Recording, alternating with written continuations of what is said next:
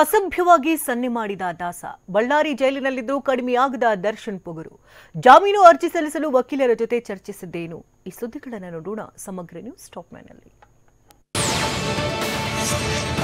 ಹುಲಿಕೇಸಲ್ಲಿ Darshan arrest ಆಗಿ 3 ತಿಂಗಳೇ ಕಳೆದಿದೆ. ಇಷ್ಟು ದಿನಗಳು ಮಾಧ್ಯಮಗಳ ಕ್ಯಾಮೆರಾಗಳತ್ತ ತಿರುಗಿಯೂ ನೋಡ್ತಾ ಇರಲಿಲ್ಲ. ಆದರೆ ನಿನ್ನೆ ಮಾತ್ರ ದರ್ಶನ್ ದುರಹಂಕಾರ ಎಲ್ಲೇ ಮೀರಿತ್ತು. ವಕೀಲರ ಭೇಟಿಗೆ ಬಳ್ಳಾರಿ ಜೈಲಿನ ಸೆಕ್ಯೂರಿಟಿ ಸೆಲ್ನಿಂದ ಕರೆ ತರುವಾಗ ದರ್ಶನ್ ಮಾಧ್ಯಮದವರನ್ನ ನೋಡಿದ್ದೇ ತಡ ಮಧ್ಯದ ಬೆರಳು ತೋರಿಸಿ ಅಸಭ್ಯವಾಗಿ ಸನ್ನೆ ಮಾಡುತ್ತಾ ನಡೆದು ಬಂದಿದ್ದಾನೆ. ದರ್ಶನ್ ಈ ದರ್ಪಕ್ಕೆ ಜಾಲತಾಣದಲ್ಲಿ ಆಕ್ರೋಶ ವ್ಯಕ್ತವಾಗಿದೆ.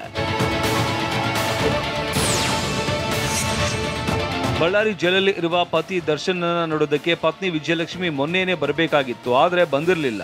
ನಿನ್ನೆ ಮೈದುನ ಸಹೋದರ ದಿನಕರ್ ತುಗದೀಪ್ ವಕೀಲರ ಜೊತೆಗೆ ಬಳ್ಳಾರಿ ಸೆಂಟ್ರಲ್ ಜೈಲಿಗೆ ಆಗಮಿಸಿದ್ರು. ದರ್ಶನ್ಗಾಗಿ ಬಟ್ಟೆ, ಬ್ಯಾಗ್, ಡ್ರೈ ಫ್ರೂಟ್ಸ್, ಬಿಸ್ಕತ್ ತಂದು ಕೊಟ್ಟಿದ್ದಾರೆ.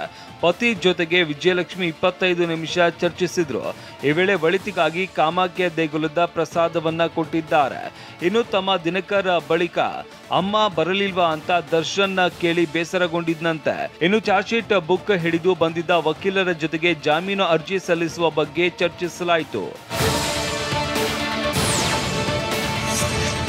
ದರ್ಶನ್ ಅಂಡ್ ಗ್ಯಾಂಗ್ನ ನ್ಯಾಯಾಂಗ ಬಂಧನದ ಅವಧಿ ನಿನ್ನೆ ಮುಕ್ತಾಯವಾಗಿತ್ತು. ಆ ಹಿನ್ನೆಲೆಯಲ್ಲಿ ಬಳ್ಳಾರಿ ಸೆಂಟ್ರಲ್ ಜೈಲಿಂದ ದರ್ಶನ್ ಪರಪ್ಪನ ಅಗ್ರಹಾರ ಜೈಲಿನಿಂದ ಪವಿತ್ರ ಸೇರಿದಂತೆ 17 ಆರೋಪಿಗಳು ವಿಡಿಯೋ ಕಾನ್ಫರೆನ್ಸ್ ಮೂಲಕ ಕೋರ್ಟ್ಗೆ ಹಾಜರಾಗಿದ್ರು.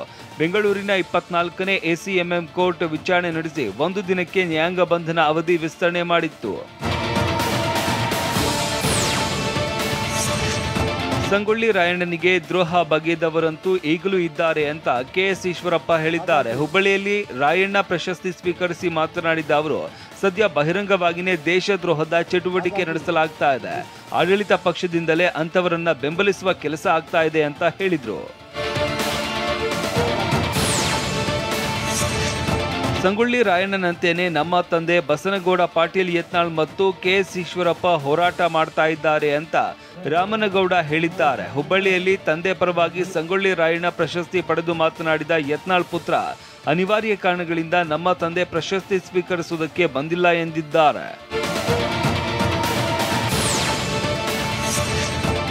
ಸಿಎಂ ಸಿದ್ದರಾಮಯ್ಯ ಇವತ್ತು ರಾಮನಗರ ಜಿಲ್ಲೆಗೆ ಆಗಮಿಸ್ತಾ ಇದ್ದು ವಿವಿಧ ಅಭಿವೃದ್ಧಿ ಕಾಮಗಾರಿಗಳಿಗೆ ಚಾಲನೆ ನೀಡಲಿದ್ದಾರೆ. 2ನೇ ಬಾರಿಗೆ ಸಿಎಂ ಆದ ಬಳಿಕ ಮೊದಲ ಸಲ ಅಭಿವೃದ್ಧಿ ಕಾಮಗಾರಿಗಳಿಗೆ ಚಾಲನೆ ನೀಡೋದಕ್ಕೆ ಸಿಎಂ ಆಗಮಿಸ್ತಾ ಇದ್ದಾರೆ. ಡಿಸಿಎಂ DK ಶಿವಕುಮಾರ್ ಗೈರಿನಲ್ಲಿ ಸಿಎಂ ಸಿದ್ದರಾಮಯ್ಯ ಕಾರ್ಯಕ್ರಮಗಳಿಗೆ ಚಾಲನೆ ನೀಡುತ್ತಿದ್ದಾರೆ. ಮಹದಾಯಿ ಮತ್ತು ಕಳಸಾ ಬಂಡೂರಿ ಯೋಜನೆಗೆ ಆಗ್ರಹಿಸಿ ಧಾರವಾಡದ ತ್ರೈಮಾಸಿಕ KPD ಸಭೆಯಲ್ಲಿ ಕರಾವು ಅಂಗೀಕಾರವಾಗಿದೆ. ನಿನ್ನೆ ಧಾರವಾಡ ಜಿಲ್ಲಾ ಪಂಚಾಯಿತಿ ಸಭಾಭವನದಲ್ಲಿ ನಡೆದ KDP ಸಭೆಯಲ್ಲಿ ಶಾಸಕ NH ಕೋನಾರೆಡ್ಡಿ ಪ್ರಸ್ತಾಪಿಸಿದ್ರು. ಬಳಿಕ ಸಚಿವ ಸಂತೋಷ್ ಲಾಡ್ ಕರಾವು ಅಂಗೀಕಾರ ಮಾಡಿದ್ದಾರೆ.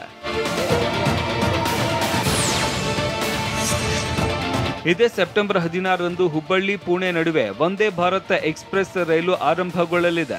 ಪ್ರಧಾನಿ ಮೋದಿ ಅವರು ಅಹಮದಾಬಾದ್ನಿಂದ ವರ್ಚುವಲ್ ಮೂಲಕ ಚಾಲನೆ ನೀಡಲಿದ್ದಾರೆ ಅಂತ ಕೇಂದ್ರ ಸಚಿವ ಪ್ರಹ್ಲಾದ್ ಜೋಶಿ ಹೇಳಿದ್ದಾರೆ. ಈ ಬಗ್ಗೆ ಟ್ವೀಟ್ ಮಾಡಿರುವ ಅವರು, ಹುಬ್ಬಳ್ಳಿಯಿಂದ ಈ ರೈಲು ಸೆಪ್ಟೆಂಬರ್ 18ರಿಂದ ಆರಂಭವಾಗಲಿದೆ.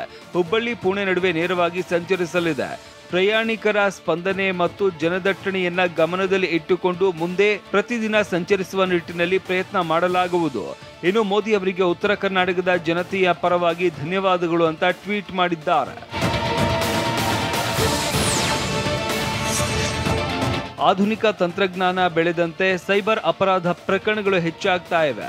ಈ ಹಿನ್ನೆಲೆಯಲ್ಲಿ ಆಕಾಶವಾಣಿ ಬೆಂಗಳೂರು, ಮಂಗಳ ಗಂಗೋತ್ರಿಯ ಮಾಧ್ಯಮ ಹಳೆ ವಿದ್ಯಾರ್ಥಿಗಳ ಸಂಘ ಹಾಗೂ ಶಾರದಾ ವಿಕಾಸ ಟ್ರಸ್ಟ್ ಸಹಯೋಗದಲ್ಲಿ ಸೈಬರ್ ಅಪರಾಧಗಳು ಮತ್ತು ಭದ್ರತೆಯ ಕುರಿತು ಜಾಗೃತಿ ಮೂಡಿಸುವ ಕಾರ್ಯಕ್ರಮ ಆಯೋಜಿಸಲಾಗಿತ್ತು. ಬನ್ನೇರುಘಟ್ಟ ರಸ್ತೆಯಲ್ಲಿ ಇರುವ ರಾಕ್ವುಡ್ ಗ್ರೀನ್ ಪಬ್ಲಿಕ್ ಸ್ಕೂಲ್ನಲ್ಲಿ ನಡೆದ ಕಾರ್ಯಕ್ರಮವನ್ನು ನಗರ ಕಮಿಷನರ್ B ದಯಾನಂದ್ ಉದ್ಘಾಟಿಸಿದ್ರು.